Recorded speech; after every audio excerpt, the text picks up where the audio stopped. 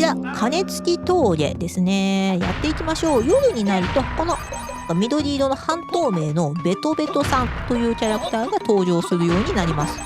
ベトベトさんは、歩いてきたり走ってきたりとかジャンプしてたりとかいろいろなんですけど、よいしょ。で、夜に敵を倒すと小判が2枚もらえるようになっています。で、万字ブロックですね。これ今回はチェーンセルで壊せると。ブロック壊すなんて花火爆弾でいいんじゃねえのって思わんこともないのですが、なんかね、今作のチェーンセル、こんな能力になってますので、万字ブロックがあるとこは五右衛門さんで進むようにしてください。よいしょ。足場が悪いと嫌ですね。足場が悪いところで落ちてしまうと一撃アウトですのでお気をつけください。よいしょ。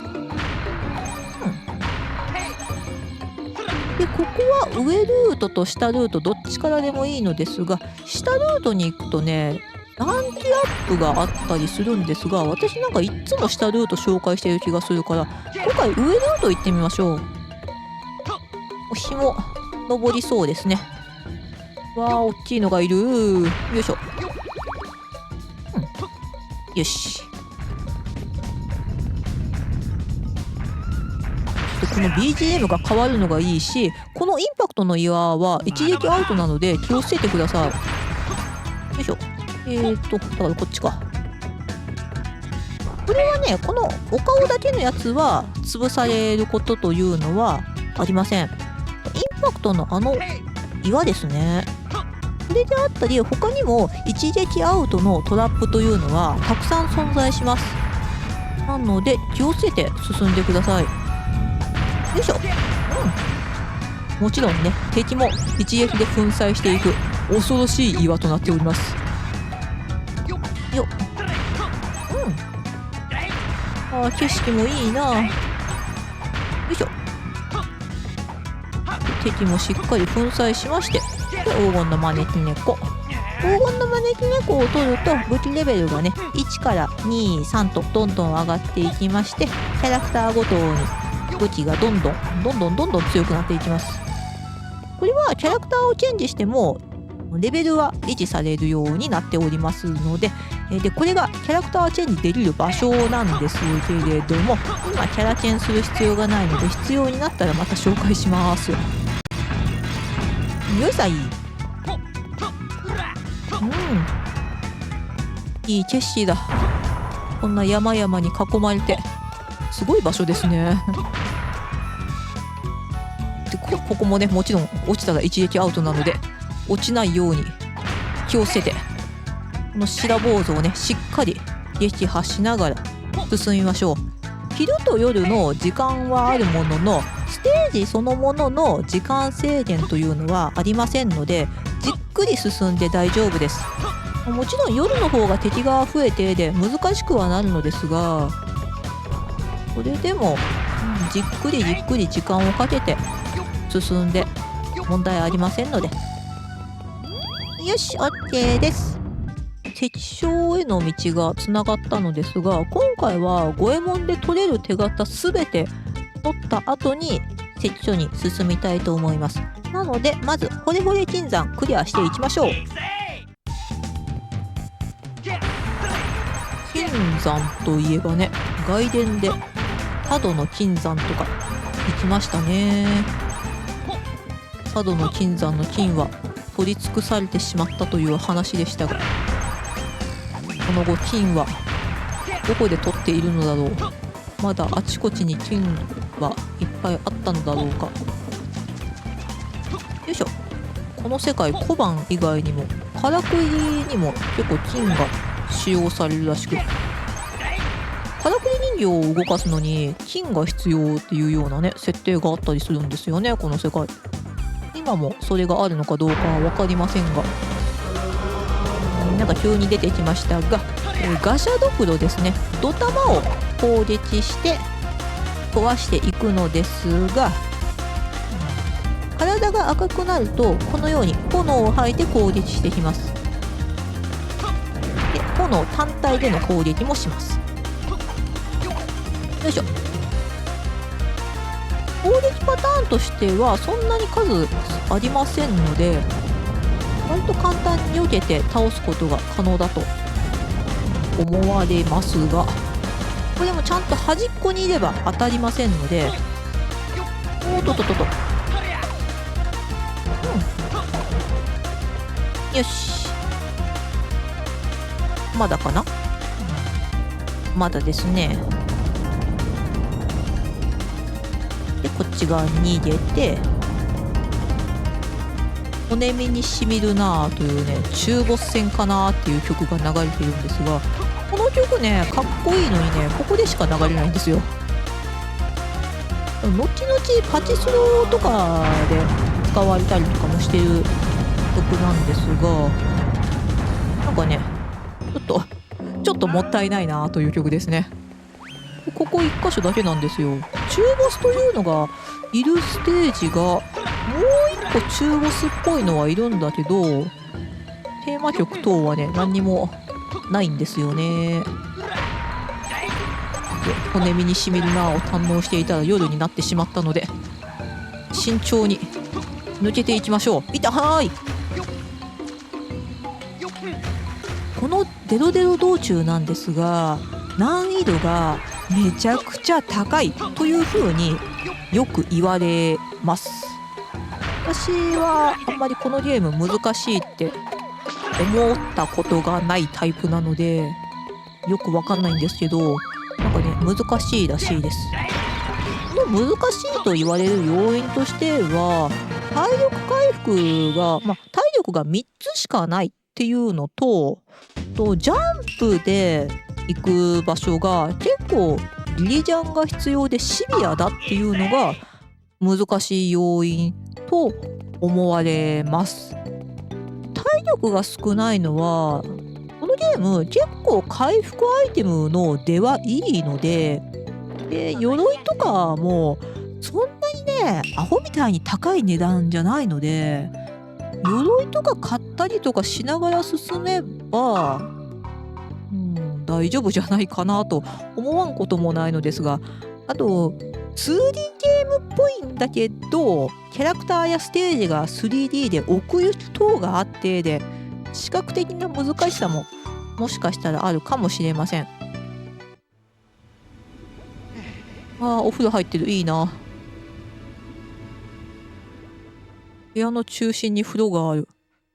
なんかお布団とか湿度でヘナヘナになりそう。いや、そんな安っぽい部屋ではないか。湿度対策もしっかりしてるような。一応旅日記据えていきましょう。宿屋で旅日記を据えることが可能です。これですね、旅日記。で、旅日記にはコントローラーパックが必要ありませんので、このゲームはソフト1本持っていれば楽しむことが可能となっています。桃山のようにコントローラーパックも買わなきゃってことはありませんのでご安心ください。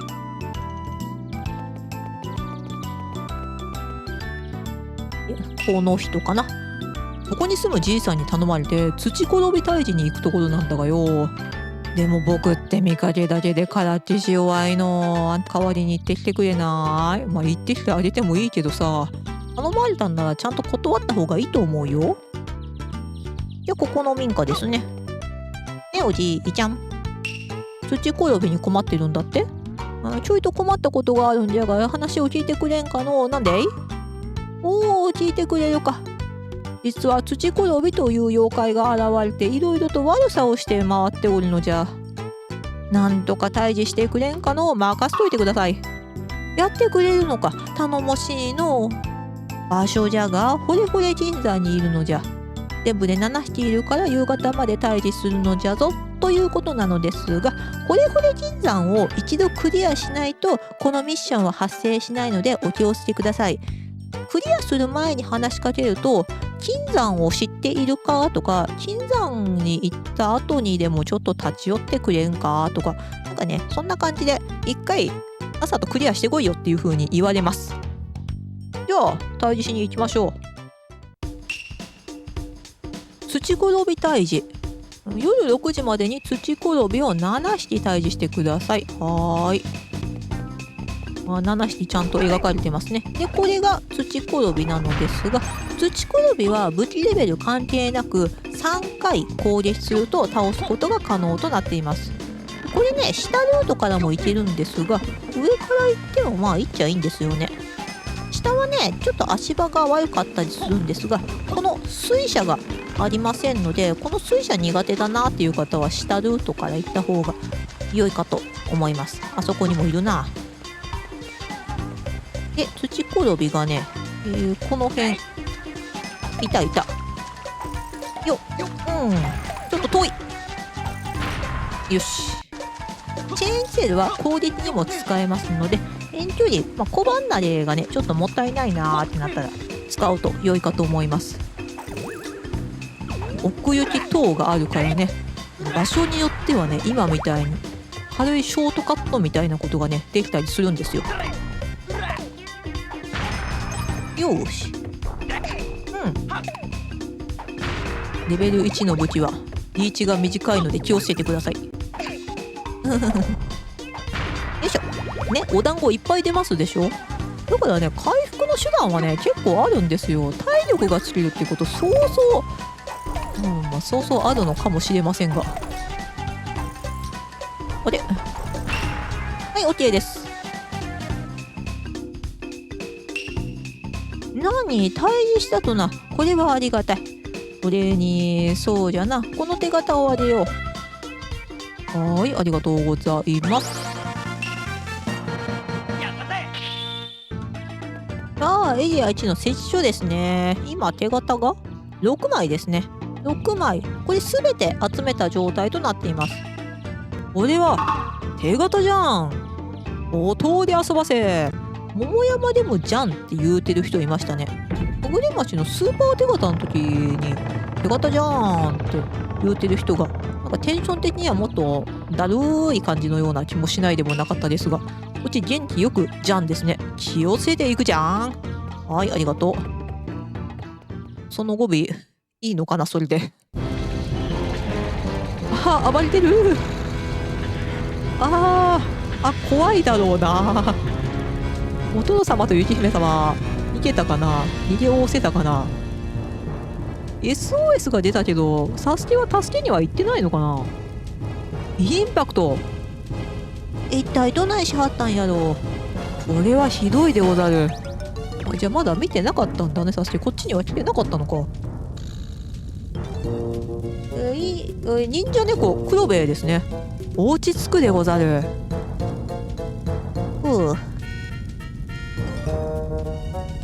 ミスマルにおみちさんが連れ去られました。なんで？さらにインパクトさんの頭に変な装置をつけて操っているようなんです。おみちさんはその中に閉じ込められていると聞きました。ますますなんでだな。こうしちゃいられねえ。早く助けに行かなきゃ。インパクトもおみっちゃんもどっちもですね。でもあんな高いとこ登れまへんで。大江戸城の天守閣まで登って飛び移ればよいのではござらぬか。なるへそ。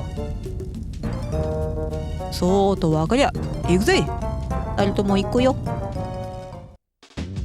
ということで、なんかね、インパクト大暴走をしている原因がなんか妙なからくりで、なぜかおみつがその中に閉じ込められていると。なんでなんですけれども、おみっちゃんがねここで捕まってマシンの中に入れられてる理由ってね、何にもないと思うんですが、なんでなんですかね。ビスマルにさらわれて人質にされてるとかこんなんでもなく、おみっちゃんを中に閉じ込めておけばうかつに壊せないだろうっていう判断をしたのかもしれませんが、とりあえず行きましょう。最後までご視聴いただきありがとうございました。この動画が面白いと思ったら高評価、チャンネル登録よろしくお願いいたします。また遊びに来てくださいね。では失礼いたします。